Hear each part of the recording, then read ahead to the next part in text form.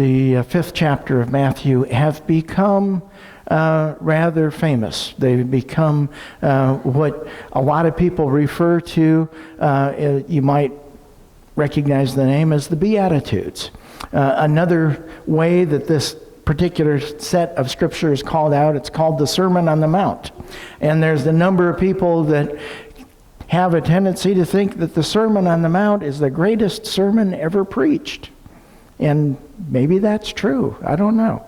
But the point is that this particular set of verses has been really revered within all Christendom. I mean, for thousands and thousands of years, the Beatitudes have been held up as being one of the more concise examples, one of the ways that we can put Christianity into a few sentences and say, this is how we are to be in the world. This is a clear example kind of the person of Jesus. This is what Christianity really is all about. This is a very positive way to express what we think Christianity really is.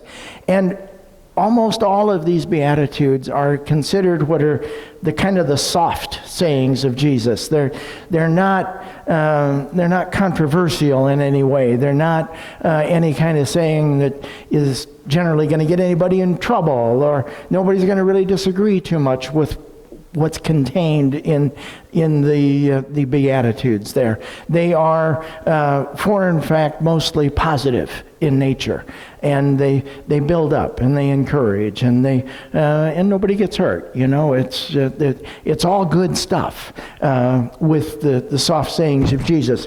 Now, scholars disagree a little bit on whether there are 7 or 9 Beatitudes. I read you 7 of those. If you're very familiar with the text in Matthew, you'll know that I left out the part about blessed are you who are persecuted, you know, and I just didn't want to go there, but some scholars include the last 2 Beatitudes about persecution. Other scholars say, no, you know, there's really just 7. But there are 7 or perhaps 9, depending on what you include, of the Beatitudes that are there. And one of the things that makes the Beatitudes fit so neatly with our Christian heritage, with our Christian tradition, with the way that Christianity tends to think about things, is, I don't know if you've ever noticed this or not, but in the Beatitudes, there's a shift in tense. In other words, it begins in the present tense, and then it shifts to a future tense. So, blessed are the meek. That's how they are now. For they shall inherit the earth. That's what's going to happen in the future. And this idea of a shift from our current situation to what lies in the future is very foundational to the whole Christian experience. Christianity is very steeped in the tradition of death and resurrection and recreation and, you know, new chances and new beginnings and new ways of looking at things. And so the Beatitudes fit very neatly into this, partly because of that shift in tense that takes place. So I'm kind of giving you all of this background information about the Beatitudes, because as good as they are, only about 4 of the sayings are actually attributable to Jesus. The rest of the sayings have another source. Now, I could spend the whole rest of the time that we have explaining why that's the case. But good Bible scholarship and good research and comparative analysis and so on tends to lead most Bible scholars to the conclusion that Jesus is responsible for about 4 of the Beatitudes, and the balance of the 7 or the 9 came to us from a different source. And my feelings on this are like, well, okay, so what? You know, Christianity has basically co-opted all of these Beatitudes, and most people consider them to be, you know, the sayings of Jesus. And I'm going to get some water because I'm sorry.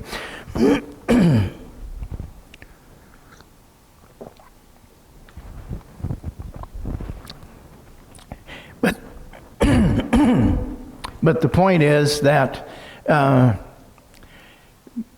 even though we attribute all of these Beatitudes maybe to Jesus, and we consider the Sermon on the Mount to be a sermon that Jesus preached, and that all of this is kind of a single unit,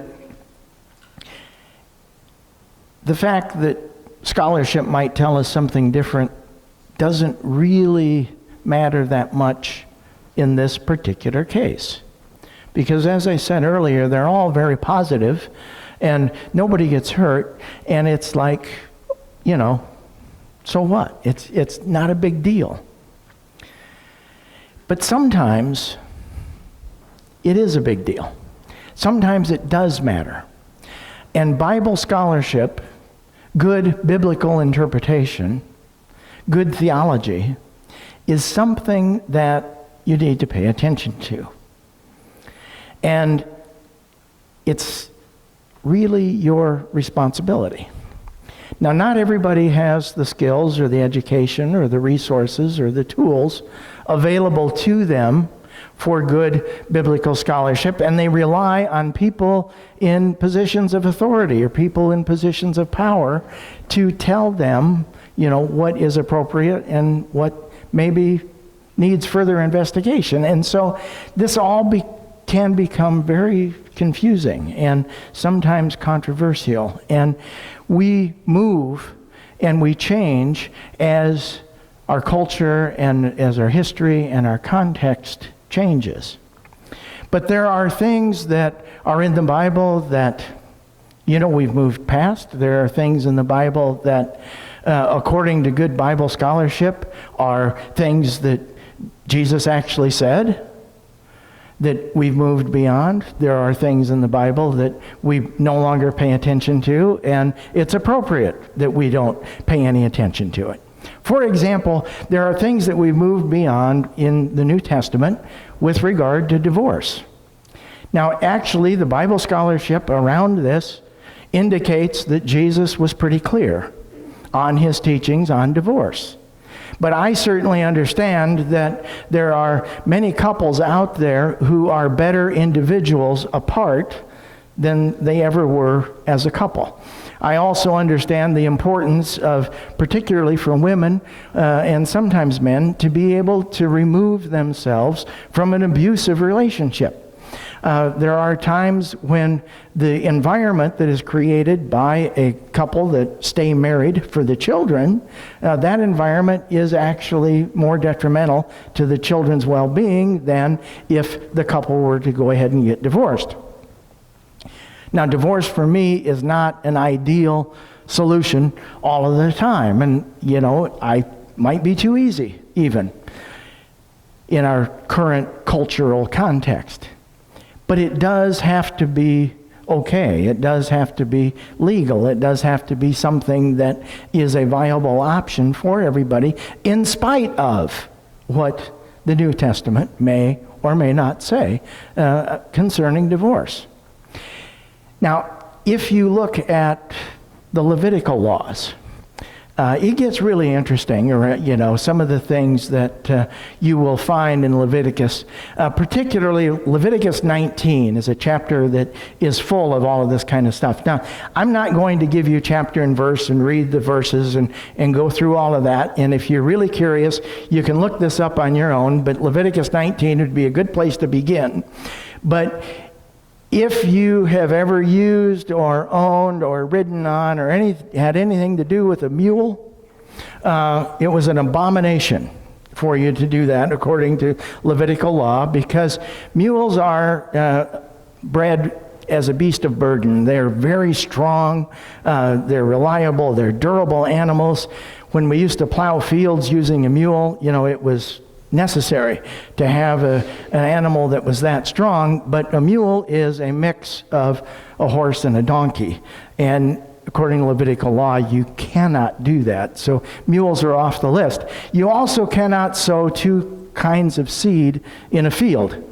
Now, a field is kind of an ambiguous definition. It might say it runs from this creek to that tree, but whatever the definition of a field happens to be, You can't plant corn and beans in the same field. That also is an abomination. Also, it has to be the same from season to season. Once you start planting corn, it always has to be corn. You cannot mix those two kinds of seed.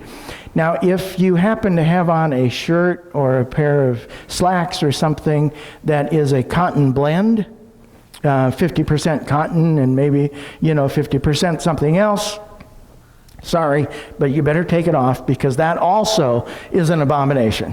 You cannot wear a garment made of two different kinds of fabrics. That is completely out of line. You cannot do it according to the Levitical laws. There are laws in Leviticus that I break every week around trimming a beard. So just so you know, I'm outside of the law. There's also laws in there. 1923, if you want to look this one up, is about harvesting fruit from a fruit tree. You have to wait a certain number of years before the fruit is acceptable, and then the fruit that you collect in year 3 or 5 or something has to be donated or offered as sacrificed or set aside. But then after that, it's okay to consume the fruit of the fruit tree. If you move out of the Levitical laws and into Deuteronomy, there's a text in Deuteronomy that says that if you have a rebellious teenager who will not listen to reason, you are to take that rebellious teenager to the edge of the city and stone them to death. Heidi and I raised 3 boys. Each one of them, at one time or another, were teenagers. And I tell you, if we had followed the biblical authority on this particular subject, not one of them would have exited their teenage years. They would have exited the planet, according to the Deuteronomy laws. It just is that way. Now, it's not just Old Testament either that we have, some problem with some text and so on. 1 Corinthians tells us that women are to keep silent in the church. Romans, and I think in Ephesians and maybe in Colossians, we have examples where slaves are called to be obedient to their masters. Obviously, when those texts were written, nobody thought anything of slavery. It was perfectly acceptable. It was okay. It was fine. But it no longer applies to our culture and our context. In fact, it's immoral, and it is a horrible institution that went away 100 or so years ago for us. But it is in there, and we now have moved beyond that. Now, there is a group of individuals that meet on Tuesday mornings that are currently involved in a Bible study. If you find one of those persons, they started at Genesis 1:1, and they've been reading the Bible just straight through. They have a good time doing that. Sometimes they get a little bogged down with who begat who and, the lineage and all of that. But they've read now the entire Old Testament, and they're into the New Testament. But if you ask any one of those individuals what the Old Testament is like, you're likely to have an eye roll and maybe a kind of a little bit of a sigh. And they say, well, in the Old Testament, there's a lot of polygamy.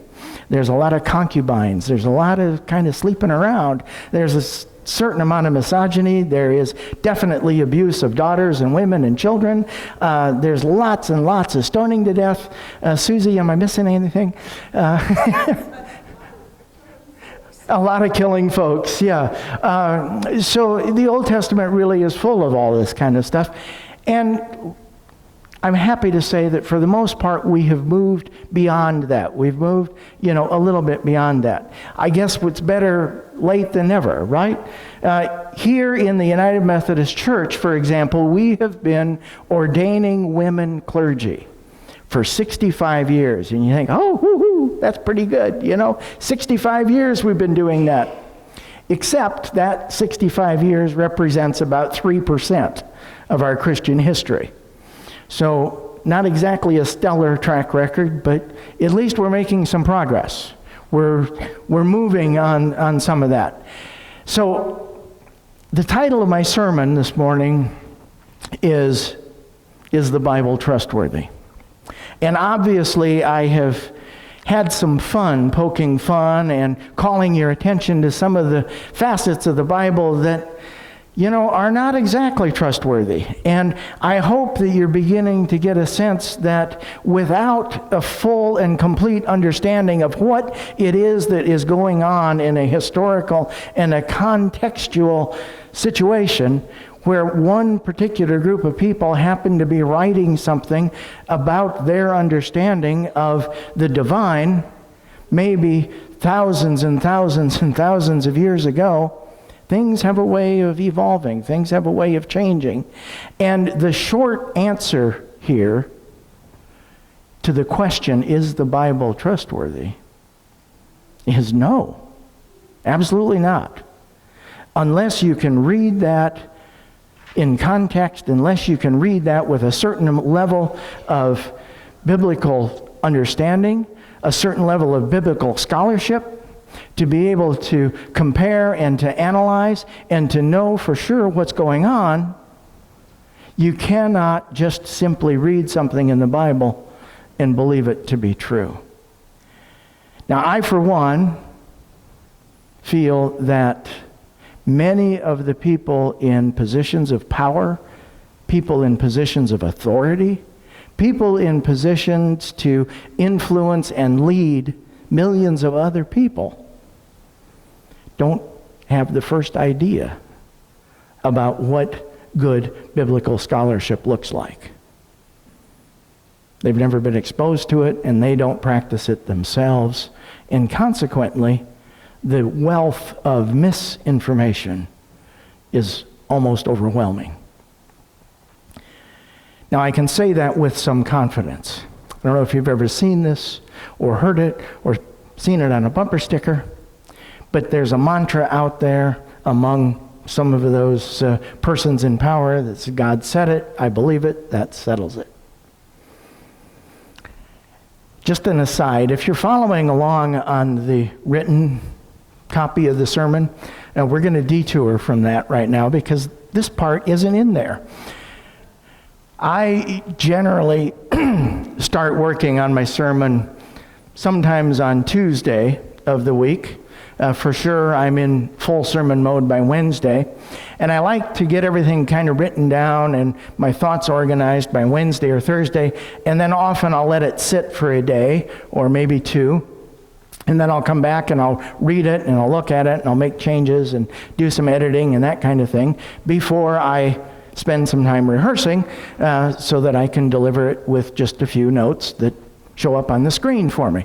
And that's kind of my routine. Now, I wrote this part of my sermon probably either Tuesday or Wednesday of this past week. So it was in there and it was sitting. And then last night, Saturday, I was driving on Southway Boulevard. And there's a gas station down there right before the roundabout at Snake River Avenue. And on the other side of the street, which I think is the south side of the street, there's a church there that always has something kind of catchy on their sign. And on one side of their sign are the words, God said it, I believe it, that settles it. So call it serendipitous, whatever you want. But my advice to you, and I don't really mean this lightly, that if you encounter a clergy person, if you encounter someone of authority, someone in a position of power, somebody who should really know better, that says something like that, don't walk away. Run. Okay? In all seriousness. This makes no sense at all. Zero. Zip. Nada. No sense. You cannot approach the Bible in these simple terms. It is way more complicated. It is way more complex. You simply cannot do this, as evidenced by all of the examples that I just gave you.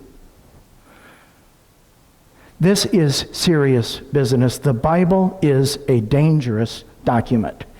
It is as dangerous as a loaded gun. And in the hands of the wrong person, it can go off and it can hurt somebody. It can hurt groups of people. It can hurt individuals. It can hurt people that we ostracize. It can hurt people that we marginalize. It can hurt people violently. And without proper interpretation, without proper biblical scholarship, without a certain element of common sense, the Bible can be a very dangerous tool. Now, most of you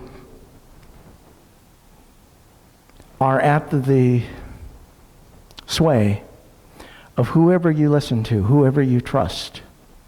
Because most people aren't going to, buy the resources or go to the effort to become Bible scholars on their own. There's a few of you that I know, as I look out, have the skills and the education and the resources to do real in-depth Bible scholarship.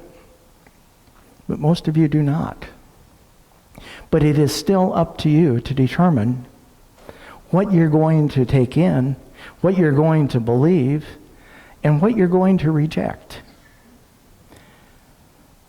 Now, I'm speaking specifically in this sermon series that we've been working on about the question facing the United Methodist Church with regard to the LGBTQA community, and whether or not this church is going to continue to oppress that group of individuals, or whether we are going to offer full inclusion to that particular group of individuals.